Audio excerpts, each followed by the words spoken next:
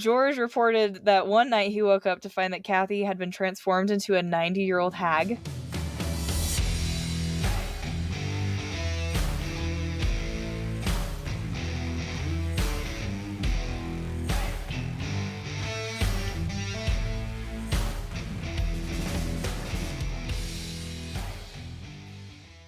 Hi, I'm Lila. And I'm Chancy. And this is For Criming Out Loud. This past week, I've been watching a lot of videos by this random person. I don't know who they are, but they talk about like random weird places in geography. Okay. And I know that's a super random start to this episode, everybody, but it is what it is. So there's this town in Pennsylvania called Centralia, and it's been on fire for the past 60 years.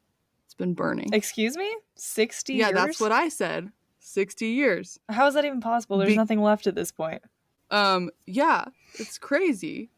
The way it's been burning is that literally it was a coal mine. So it's burning underground. So what happened is back in the day, every year before Memorial Day, this town would burn their landfill. And in 1962, the fire spread to a mine, and it literally just started burning through the giant mine system that was underneath the town. So now this whole town, like the whole area of this town underneath that is mine, is just slowly burning through all the coal and all the tunnels. And they predicted it's going to be burning for the next 250 years based on how much coal is underneath the city. So that's pretty crazy. The highway used to go through it back in the 60s, and they've cordoned off the road, and then they just put small piles of dirt all over the road so that people can't drive on it. To try and prevent people from going there, because toxic gases and smoke and stuff are coming up through the earth. It's like some sort of apocalypse.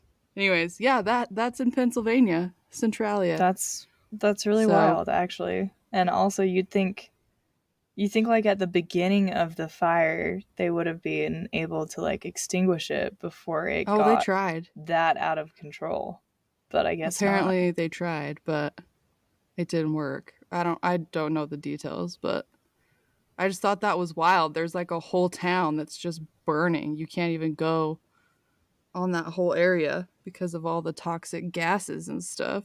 They're just like, we're just waiting this one out for the next 200 years from now. It'll be hospitable again. Alrighty. Till then, yeah, the government actually paid people, like they rehoused them. They paid them money to leave, so they could leave. Yeah, get out, because they had to vacate. We're not doing anything about this problem. Just leave. There's literally nothing they could do. They like tried a lot of stuff, but it didn't work. So now Centralia is just burning forever and ever and ever. It's just like a permanent problem. It's just burning that forever. Like sucks about that is it's just like wasteful. All that coal could have been used other places. Yeah, just sitting there. They just lit it on fire. Gee. Oh goodness. Okay, well that's wild. That was a good fun corner. Yeah. There you go. Now you know. Good catch. Yeah, today we're not talking about burning of any sort, which is good, I think, because it's pretty intense. But it's always important to me that we talk about cases where burning isn't a factor. I like that. Yeah, I don't think I'd ever cover a case where I've actually never, I don't want to say never, but I like, to my recollection as of this moment, cannot think of a single case where burning was involved. Oh, I can. There's one that's literally burned. Haha, punny. Burned into my mind. There's a true crime case where burning was involved that I can't forget. Know. It haunts my because if I know, life. I forgot it. So yeah, you don't want to know. It was really horrible. Sounds like we might not ever cover it because it's really terrible. Anyways, go on. Okay, well, not burning. Not burning. We're talking about the DeFeo family murders. The DeFeo family murders, they happened in 1974 in Amityville, New York. And it's what it sounds like. It's a familicide, and it was pretty easy to solve.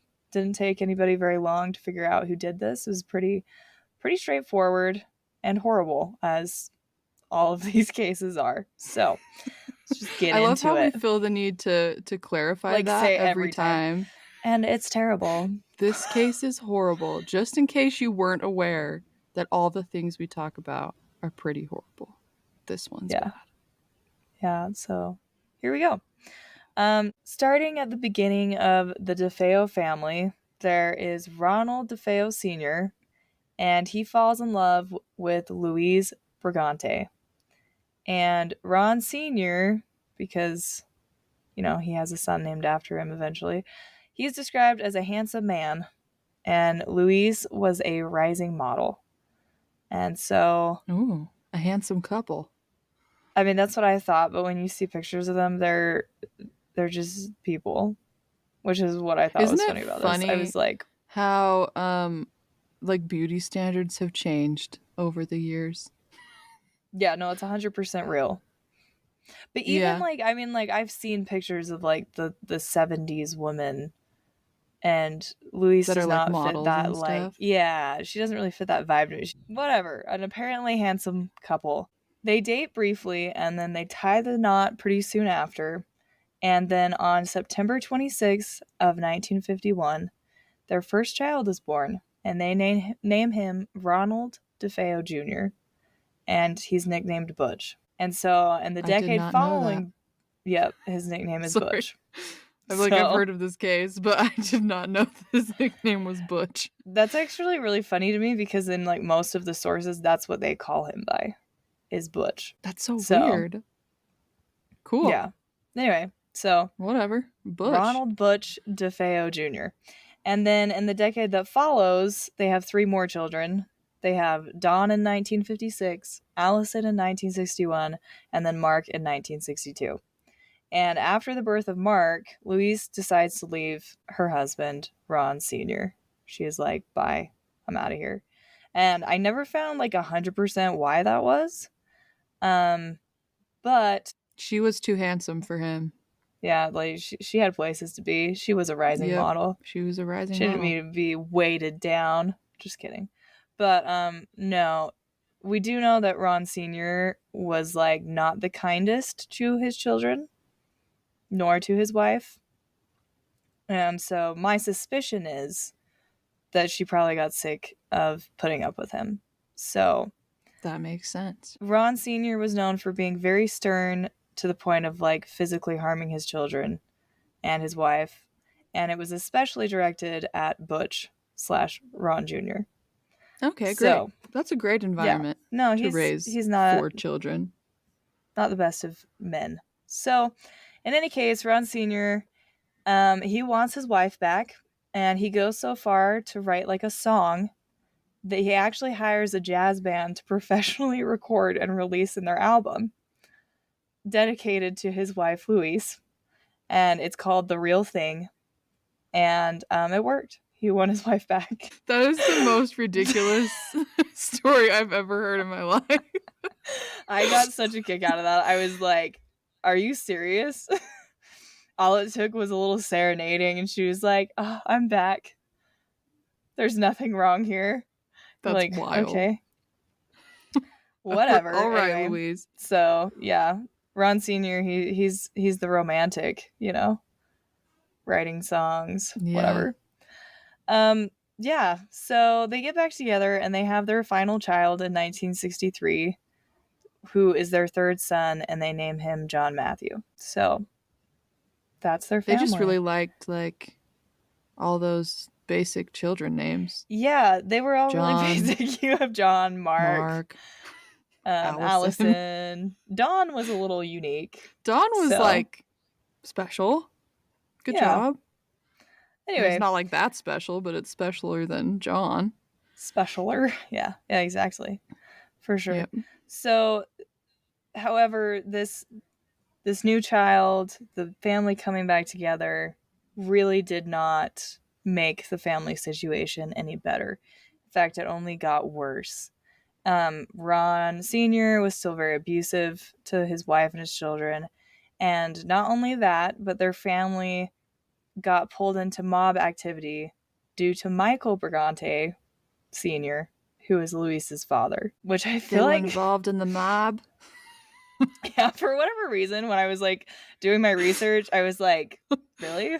I don't know. Was that a thing? Just kidding. I know it was, but I just was like, what a strange place to be in your life where your father is like a mob boss and you're like You a know, rising model. I don't know. like this, take it as you will, but that just made Louise like a million times more interesting. She's a rising model who has a background in the mob. I just feel Yeah. like that just like propels her to a different stratosphere of cool. Yeah, it's really strange, wild. So yeah, she is cool, I guess, in I some guess if ways. you think the mob is cool. Yeah, if you're into that, I, then yeah, she's pretty cool. sometimes like when I think about like the past, I feel like association with the mob when you live on the East Coast like made you cool. Like when I think about like whatever decade this was happening in, I'm The like that they 70s. were probably, yeah, the 70s. They were probably cool because they had some sort of thin connection with the mob. Yeah. I don't know. Yeah, no, I mean probably. I mean, I don't know. I don't know if cool is the right word, but just like, you know, Yeah, no, enigmatic, you've got that mysterious. air like nobody messes with me. I'm like above the Yeah, law. That kind of vibe. exactly. Yeah, exactly. Exactly. I get what you mean. Yeah. So in 1965, the DeFeos they move into a new home, and it is at 112 Ocean Avenue. And although the outside and the interior of the home is really nice, even made them look wealthy, it couldn't hide the fact this family still has a ton of issues. Dysfunctional. Neighbors would hear outbursts and were too afraid to report anything because they knew of the mob connections that the family had. So they didn't say anything when they'd hear disturbances. And it was here that Butch claimed that they saw the worst of being dragged into the mob activity because, according to Butch, who worked alongside his father at Brigante's Buick dealership, they were, quote, already more than familiar with death and having to dispose of bodies on behalf of the mafia, end quote. So I don't really know exactly what that means, but that paints the picture that their children are disposing of dead bodies. Um, Not great. It's just not great for this family. I don't know what's going on No, for them, but it's it's not great. not succeeding. On top of like the mafia slash mob activity, the family was strongly Catholic and had like, that high expectation Catholic vibe going on as well. Often, after Ron Sr. would beat his wife or his children, he would then stop in front of their family's St. Joseph statue and pray for forgiveness. And you could kind of like imagine the manipulation that is. You know what I mean? Just like emotionally, Yeah, your father's abusing you, and then he's like trying to be a good person still and be all religious and whatever. I don't know. It'd be hard, that would obviously. definitely cause some conflict and also like some resentment towards Catholicism. I feel like because your dad's acting like, okay, I just beat the crap out of you guys, but I'm just gonna go pray to this statue and then everything's forgiven and you can't be mad about it. That's the Yeah. vibe. Yeah, no, That's not a exactly. good vibe. It's not awesome. Ron Sr., not awesome. So on top of that, their house like also had many statues of like Mary and the baby Jesus and other religious figures in their front yard. So like you're like pretty openly they got that vibe. They're openly Catholic and also deeply embedded into mob activity. And they're just not people you want to mess with. You know, I'm gonna say this and people can just get upset if they want to, but I just feel like the Catholic Church and the mob, They go way back, you know? Yeah, sadly, I mean, if you look historically, the Catholic Church does get involved in quite a few shady business deals.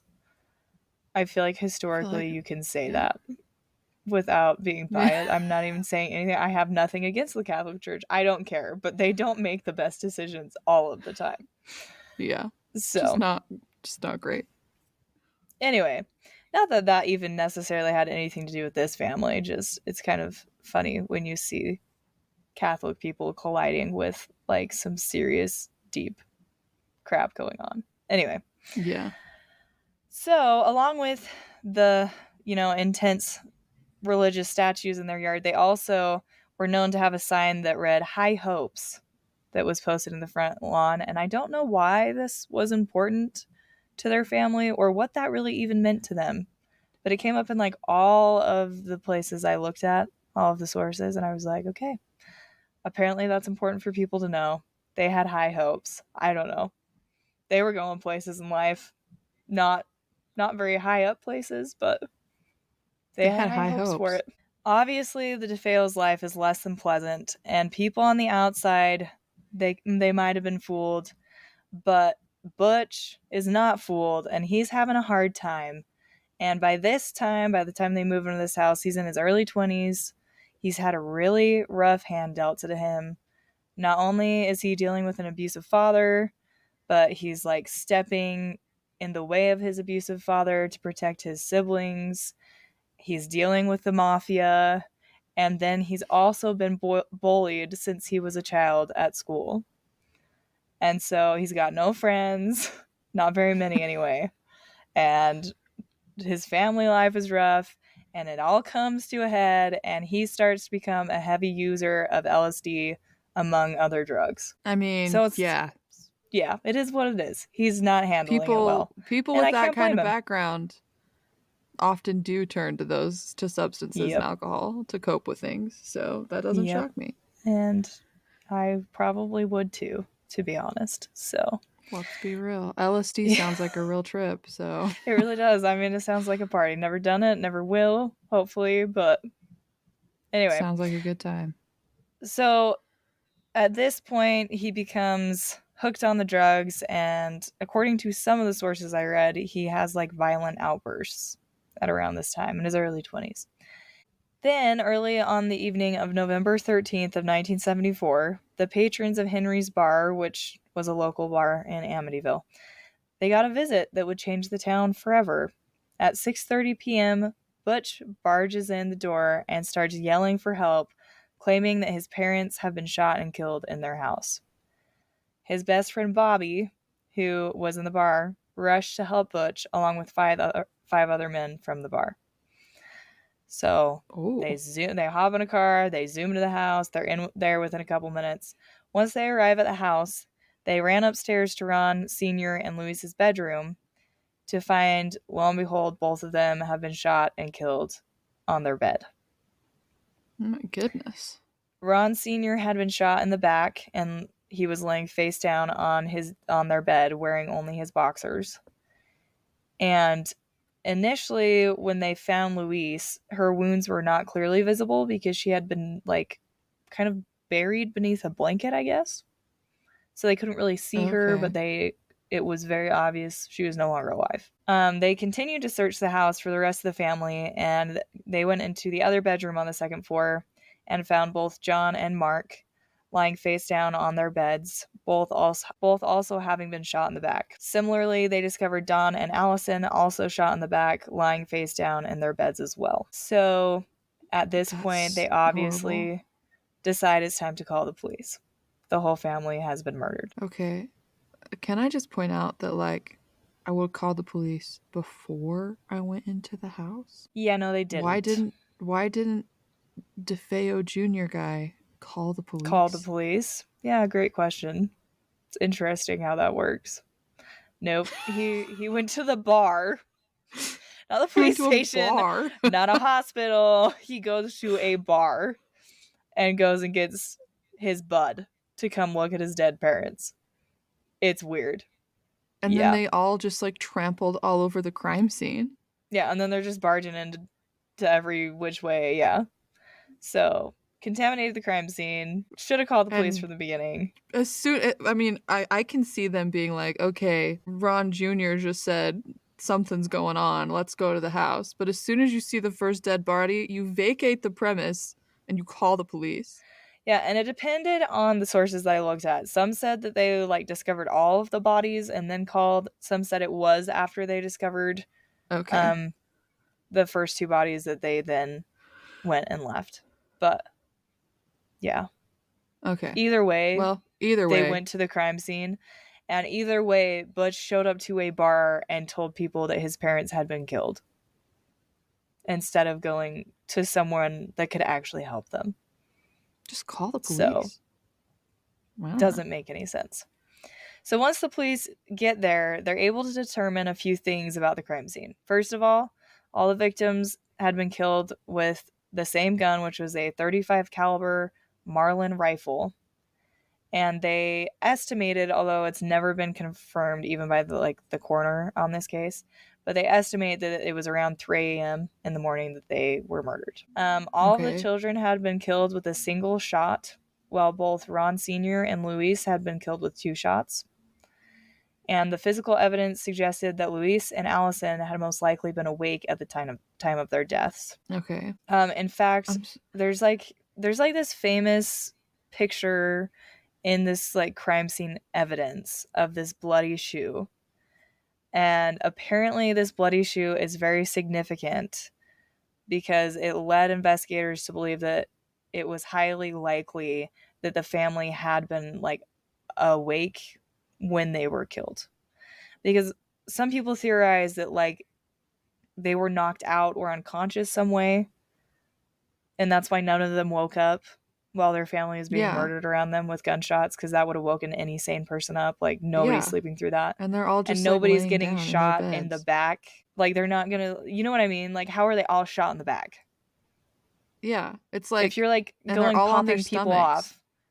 Yeah, I guarantee that the entire family was not stomach sleepers. I bet that's not a thing. I don't think so. And they weren't like fully on the bed either. All of them. Like they were kind of like slumped onto the bed. Not like they had been like sleeping and rolled over and they're like shot. It was more like almost they had like all they kind were of been standing. Yeah. Because like one of beds. them, I think it was Mark. Pretty sure it was Mark, had like a broken leg at the time. And so he had like his wheelchair was like next to the bed, almost like he'd been using it to like move at the time. You know what I mean? Anyway, it was just like weird things like that led investigators to be like, I don't think they were just like, in fact, there is no way that they were all just shot in the back in their sleep. Doesn't happen. Yeah. No. Well, maybe the first shot, but after that, no. Like maybe if Ron Sr. was shot first, maybe he was asleep. But the rest of them? Yeah. No, I don't think so. I don't think so. Guns are loud. Yeah. Anyway, so they find this bloody shoe, and it's a big part of this case, I guess, because it led them to believe that somebody had been wearing the shoe, whoever the shoe belonged to, because it was filled with blood. And so they felt like they were wearing shoes, which leads you to believe they weren't asleep. Obviously, if they're wearing shoes. People don't sleep in their shoes. No. I get that. So, and the other thing that I think is like interesting though is like if you're determining that, it's kind of weird that like Ron Sr., he's like in his underwear. Why is he just in his underwear if he's not sleeping though? Was he the only one that wasn't wearing anything else? Were they all clothed? Yeah, I'm pretty sure like they were wearing pajamas and then Ron Sr. was just in his underwear. So I guess maybe he could have slept in his underwear. But I'm also confused if they weren't killed, like, okay, hypothetically they're killed at 3 a.m., but they weren't asleep. So I don't know. It's hard to imagine what this scene plays out like. In my mind, like, and we'll get into it later about the theories about who actually did this and how it went down. But despite who did it, in my mind, it almost seemed like whoever it was went from room to room, held them at gunpoint and told them to turn around so he didn't have to look at them when he was killing them. I mean, logically, like, that's the only thing that makes sense. because you would have woken up. The thing that like is interesting to me is that he like killed all of them, because the first shot goes off, okay? Ronald Sr. gets shot. That immediately, if the house isn't already awake, it wakes everybody up. There's no Yeah, way that you don't wake up after that. exactly.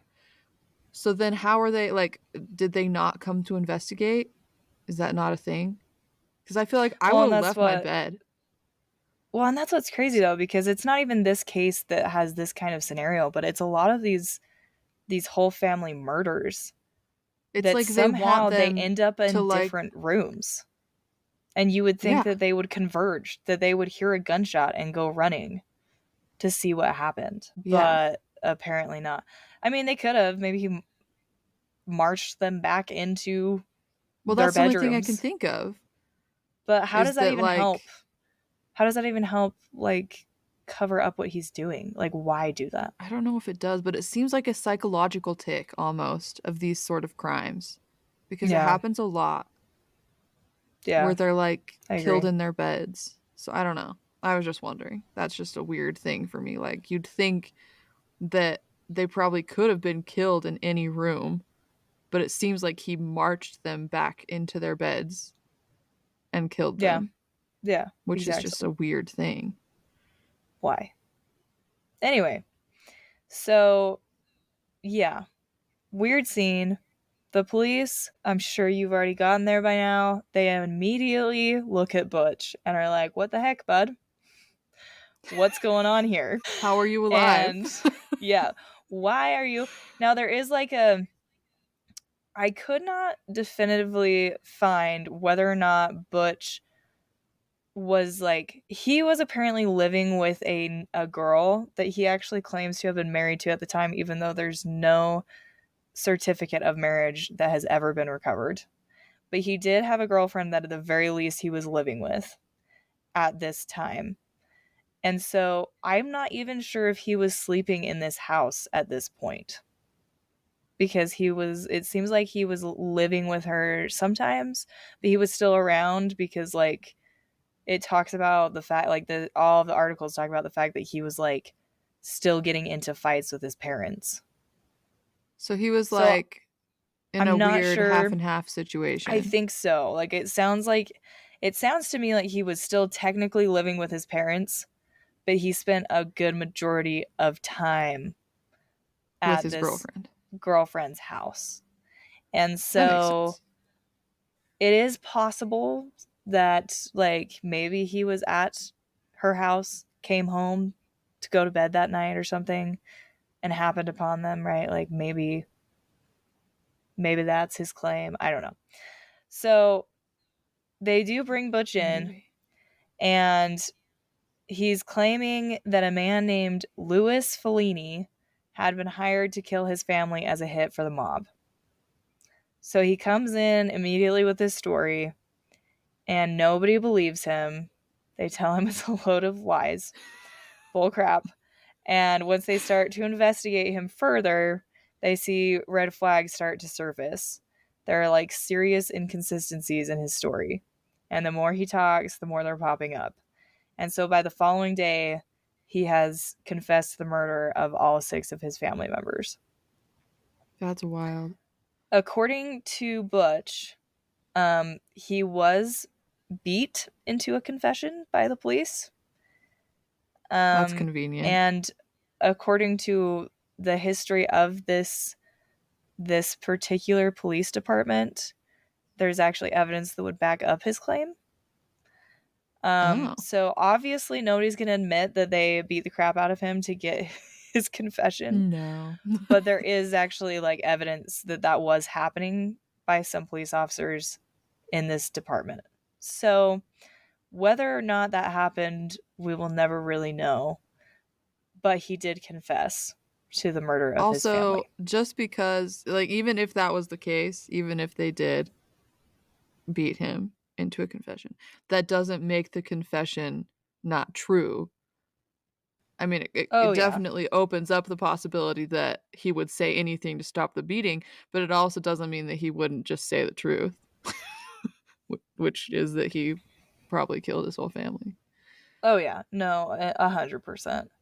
And it's just like, yeah, I just don't think there's any chance that honestly he didn't do it. It's I just don't a think little so. too I'm sorry. convenient. Yeah, when somebody comes in to like an investigation, their whole family has just died, and the police are like, "Bro, what do you think happened?" And then he's like, "It was the mob." And I this immediately particular am like, man in the mob, "It was somehow I this just know. specific hitman. I know Like somehow that it was him." how would he have even, like, I'm sorry, it's not like public knowledge when your family gets like a hit put out on them. No. You know what I mean? Like, how would he know It's that? also not public knowledge who the hitmen are for the mob. Yeah. And I get I that they mean, not had that I'm part of connections the with the mob, mob. I wouldn't know that 100%, but it just No, but seems like like, that's not information readily available to I Butch at guess this time. since they have mob connections, it's possible that he knew who the hitmen were for the mob, or that this guy was a hitman for the mob, or whatever. But that's Yeah. just like, that seems like he's just telling convenient untruths to Yeah, try he's and just like giving them divert like a the red herring. investigation. He's just like, Yeah. that guy. Yeah, He's he like, did it it. wasn't me. I don't know what you're talking So, about. Don't look at me. It was that hitman guy from the mob, because we have connections to the mob. It's like, yeah, what are you doing? Okay. exactly. So, anyway, despite all that, he confesses, and as part of his confession, he does say that once he started killing, he just couldn't stop, which is also something I feel like you wouldn't say if you didn't actually do it, because that's like a weird thing to throw in there and be like, Yeah. yeah, once I started killing him, I just couldn't stop Just doing couldn't that. I'm like, stop. you wouldn't say that if Well, you that's didn't just one actually of kill those him. wild things. It's like, it seems like his motivation behind killing was probably his dad being an abusive butthole. Yeah. You'd think, though, that he'd just stop there Yep. because that's like the source of the abuse. Well, exactly. And even like, yeah, and even in all the different, theories that they have about exactly how this happened, the source is always the fact that he was trying to stop the abuse. Like, Yeah, that's what because it that goes makes down to. But yeah, once sense, sort again, of. there's some, and we'll get to it in just a second, but there's some different versions of why the rest of the family wasn't involved in the murders. Okay. So in October of 1975, he goes to trial, and his defense lawyer mounts an insanity plea, claiming that Butch couldn't remember anything that day at all. That's And the then, go-to, man. yeah, it always is for I just people. blacked out, man, I'm and then I woke insane. up and they Don't were even all remember dead. anything. Yeah, exactly. The psychiatrist for the prosecution, though, claimed that, in his opinion, Butch was a drug user, and that would have affected his ability to make, proper, good, citizen like decisions. He thought that he also had antisocial personality disorder. Um, but despite all this, he still claimed that he would have been aware of his actions during the crime. Well, that's the thing. People think the insanity defense is like this thing where it's like, if I can prove that I've got issues and that I'm mentally unwell, then they'll Yeah. just be like, yeah, man, that wasn't your fault. That's not No how it works. biggie. You have to prove that at the time you committed the crime, you didn't know what you were doing. You didn't know Yeah. right from wrong. You weren't Yeah. capable of it because of how ill you were. You can't just start acting crazy after the fact to cover up for something you did. No, Doesn't exactly. work. It's ridiculous. So, by November of 1975, his trial ends and he is found guilty of 6 counts of second-degree murder with 6 sentences of 25 to life. So, Dang. he's not going anywhere, No, anytime soon. Throughout his stay definitely in not. prison, he does actually appeal for parole early on several occasions, and they're all denied because, of course, why are Rightly. you going to let somebody out that murdered his entire family? It's not gonna work. I do think it's funny that people that definitely committed a crime always try to get out of the crime. Like, that to Yeah. me seals their guilt, is that they don't think what they did was wrong. Like a guilty person that just like lost their shiz and murdered their entire family would be like, I deserve to rot in prison. You know what I They'd be mean? Like, remorseful. They'd be like, I just but killed my whole family. there's no remorse. They always just think they should get out and live among people again. Crazy. Wild. So while he was in prison, he also told several different versions of what happened that day. In one account, he claims that his sister Dawn killed their father and then killed their mother and siblings. And that then he had to wrestle the gun away from her and killed her in the process. Part that still doesn't make sense in that is, why did all the other siblings get murdered? Don't know. And also, why were they on their beds? Why was Dawn on her bed? There's a lot of like missing pieces there. So I tend not to think that that's what happened. Yeah. So I will say, though, his sister Dawn being part of this plan is in almost every version of the retelling of that night. So it is believed by most people that she was involved in like the plan to kill their parents, which is interesting. Interesting. Like two siblings coming together to like hatch a plan to kill their parents seems pretty outlandish to me. But it is included in basically most of his versions of what happened. I don't know. But it's him, like, you know, it's like happened. It's like the convicted trying to pass the freaking torch on to somebody else. Oh yeah. Just so I don't know. Like pointing blame at somebody else. Yeah. I don't think you can take that like very seriously without proof, because they'll say whatever they have to say to get out of prison. Exactly. So in another account, he claims that he and Dawn, again, had conspired together to kill their parents, but their plan had gotten out of hand. And this came from like an interview with Rick Osana, who published a well-known book for this case that's called The Night the DeFeos Died. Anyway, he's basically like, he's like the end-all be-all in this case, because he spent a mini amount of time interviewing Butch and gathering everything he could, interviewing everybody involved in this family's lives. So in Osana's book, Butch told him that not only had Dawn helped plan and carry out the murders, but so had his friends Augie and Bobby.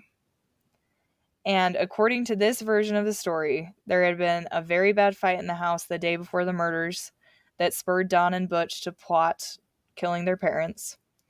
And then Butch had convinced his friends to help him because he claimed that his parents were going to kill him. And he said that if it had not been part of the plan to kill their siblings, it was only their plan to kill the parents, but that Dawn had gone out of hand and killed them, meaning all of their siblings, so there would be no witnesses to their crime. And then Butch's claim is that he became outraged and killed Dawn as a result. I just feel like these stories keep getting more and more outlandish. I'm not gonna lie, I tend to believe this one more than the other ones, only because it seems to explain a few things. I'm not sure about Don's involvement, but I will say I think it's interesting that he brings his friends into this, because he literally goes and gets Bobby when he discovers his parents, which seems fishy to me. I could definitely see Bobby having knowledge that this was going to go down. I honestly, I don't see Dawn being involved. I think he killed all of them. I think it's totally possible. I think that most likely what happened is that he probably told Bobby, and Bobby decided he was going to try to help him cover it up. You know what I mean? And then that, like, he killed his siblings to try and get rid of the witnesses. Yeah. That's what I think happened. We'll never know. I agree. No. Because it's his word against nobody else's. Yeah, but the only people that can tell he killed, so. What we do know, though, is that upon these claims, police kind of looked into, like, how Dawn was when she died, right? Because in that case, you would think there'd be some kind of a struggle, because, like, he kills her. Like, apparently, like, when they were working together, they're fighting and now for a gun. Yeah. So you think there would be some kind of, physical evidence on her body. So they do find a couple, like, they find one weird thing, and they find unburned gunpowder on Don's nightgown. And that supported his version of events that he's telling people, Butch's. Mm-hmm. But then another argument from the ballistics expert on this case said that this could have occurred if she was close to the muzzle of the gun when it was fired. So just because there was gunpowder doesn't mean that she was the one holding the gun. Yeah. It just means she could have been like at close range when she was killed. That makes sense. And that's what most experts on this case tend to believe, is that it was just like she was killed at close range. There was no other signs of a struggle found on Don's body either. So not a lot to believe that she was involved any more than anybody else was. Yeah. I don't know about that. Yeah. So it also is like at the very beginning, he said, like, I started killing them and like I just couldn't stop. Like when he confessed initially. Yeah. Yeah, exactly. Which seems the most believable out of anything.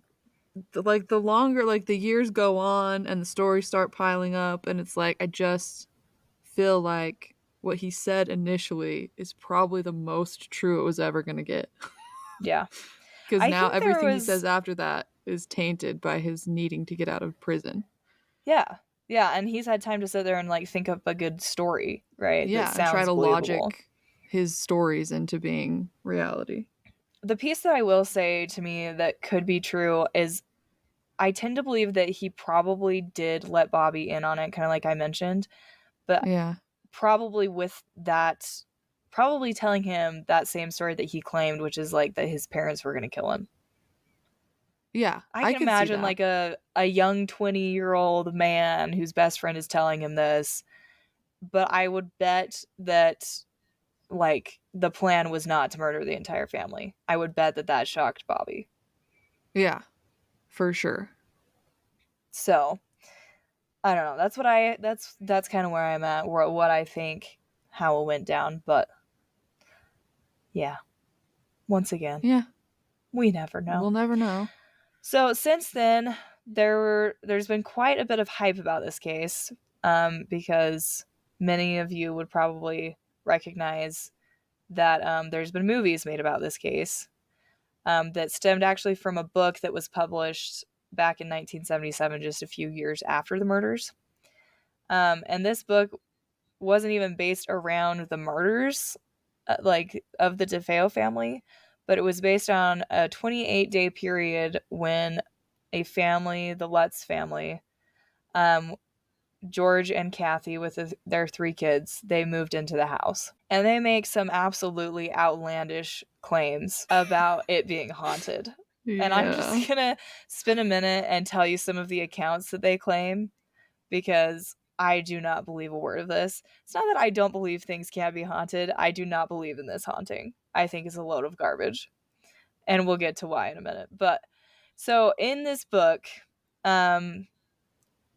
there's a claim that the Lutz family, according to them, they were not initially bothered by the murders when they moved in. Don't know how that's possible. I don't know how, even if this was like fake haunting, I don't even know how you'd live in this house. I could not live in a house where an entire family had been murdered.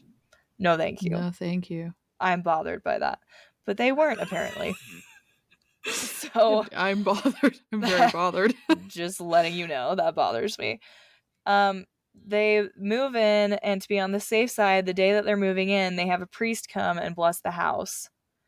And this priest, he claims that everything was going like per usual, blessing, the house.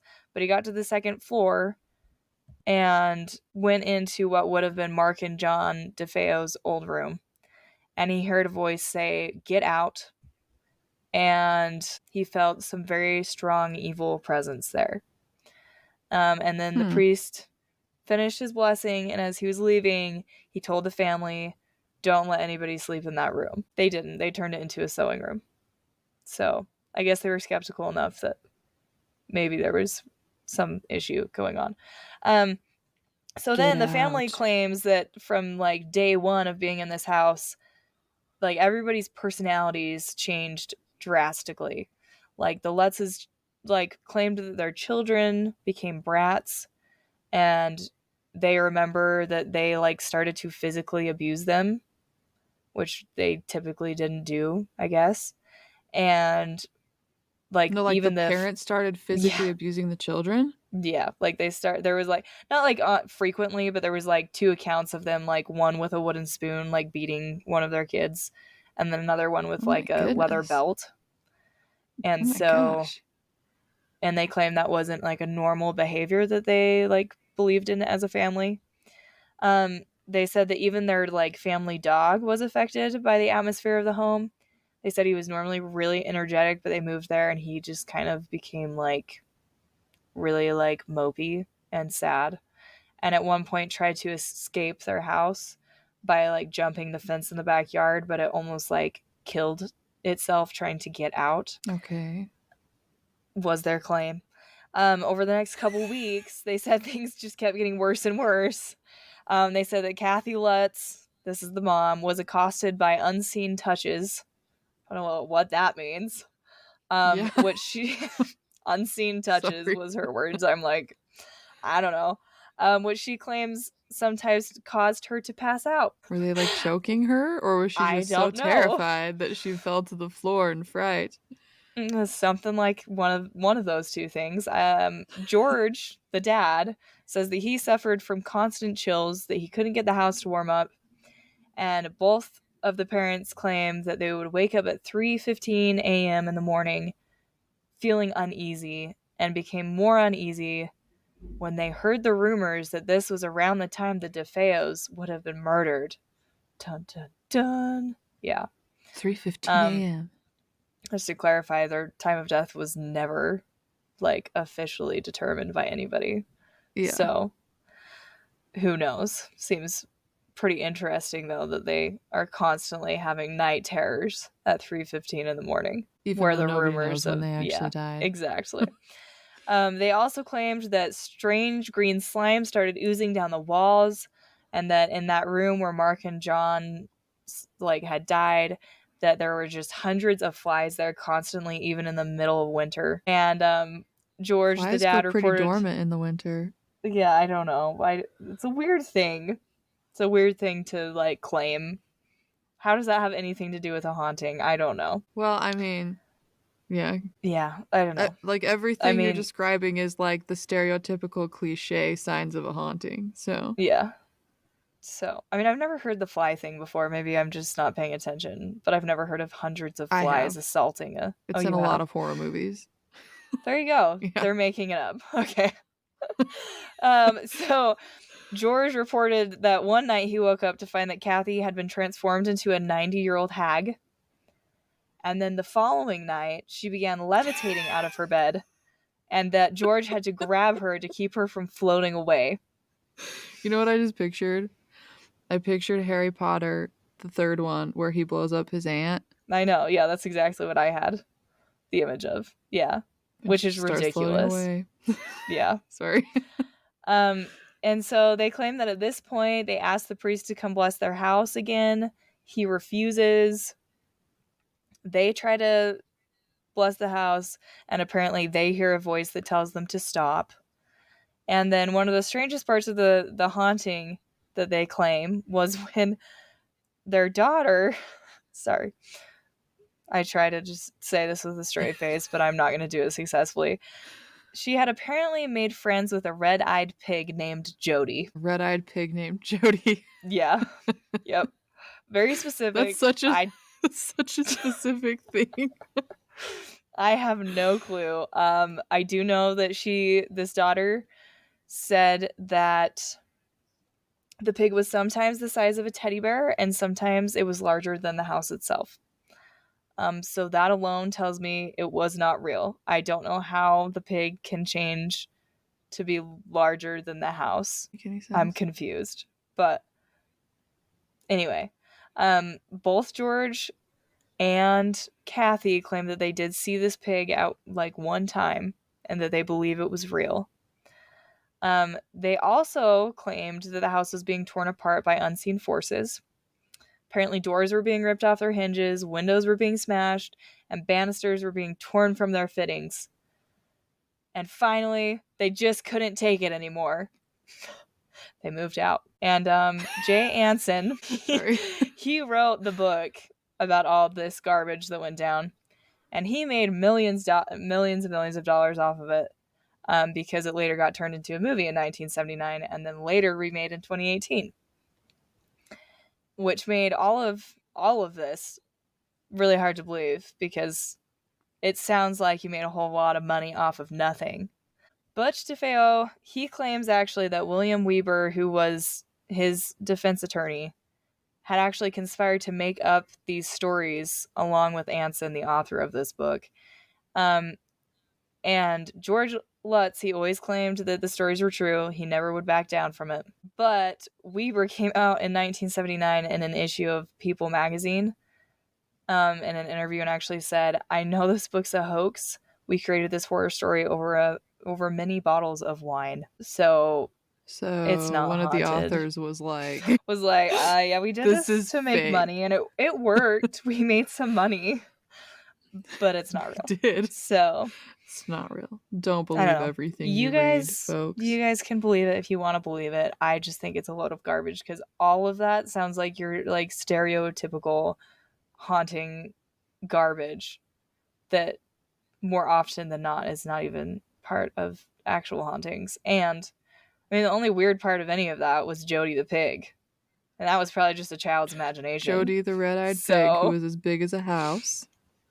Yeah, or a teddy bear. I don't know. Just depends. Or a teddy bear, depends on our mood, depending on the situation. Yep. Oh my goodness. Yeah. So yeah, there you go. The DeFeo family house is known to be haunted by some, and yeah, that's kind of what happened there. After incarceration, Butch actually went on to marry that girl that he was dating. Geraldine was her name. Geraldine, and, make better life choices. Yeah, no, she married him. Yep. Why would you marry a mass murderer while they're in jail? I don't understand, because she actually believed that he did it. Like, I just like that is her official statement, is that she thinks that he did it. But she married him and actually was pregnant with his child when he was incarcerated. Maybe that's why she married him. Maybe. This was the 70s. Do prisoners have to pay child support? I have no clue. I have no but idea. Maybe. Yeah. Sorry, maybe that was something. like... They did get divorced. And then I'm pretty sure remarried and then divorced again. And then she refused to marry him a third time. So third time's a charm. Good job.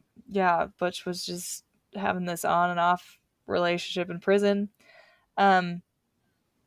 She basically, Geraldine, she had a lot of, I guess, not sway in the trial and in the outcome of his case, but she had a lot of sway in the aftermath of what people actually believed happened, I guess.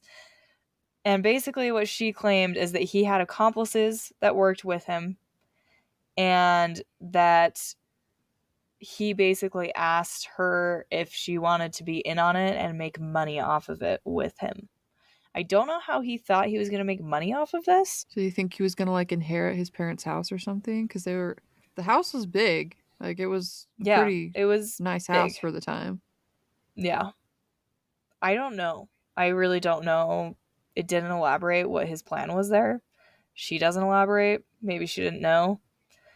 Anyway, but like once she kind of came out and said that, Butch became really upset with her and denied any relationship with her or having a child with her.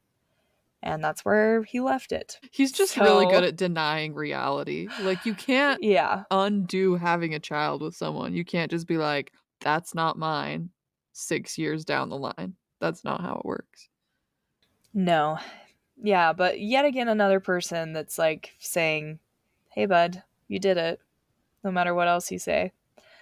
So, yeah, Butch served his sentence until 2021, and then he died in prison at the age of 69. And he died at 6:35 p.m., and he had been hospitalized earlier that day, and the cause of death has never been released. But it kind of sounds like natural causes. I Yeah, don't it kind know. of sounds like he was sick. Maybe he was, like, killed by inmates, but I doubt it. Yeah. Usually that's released. For whatever reason, it always seems like Yeah, it's true. if it's murder, it gets released. But I think, yeah, to me it just sounds like he was getting old and died. Yeah, So, I mean, murder will take a toll on your body, I feel like. Your spirit. You just die. exactly. So, there you have it. There's the DeFeo family murders. It's a wild, wild story. Yeah, it's really terrible, honestly. I mean, none of these kids were super old. And, I mean, I can see why Butch wanted to get rid of his dad. Sure, he doesn't seem like that great of a dude. But I don't No. understand the rest of them. And I don't understand anything else about this case. So, Yeah, no. he did I spend get like wanting basically to his get entire away. life in prison, though. Sorry. Yeah, he did. He did. How old was he when when this happened? Early 20s, you said? Yeah, early 20s. Yeah. Like you haven't So, even lived yet. yeah, I And think he you was like decide to do 23, something like that?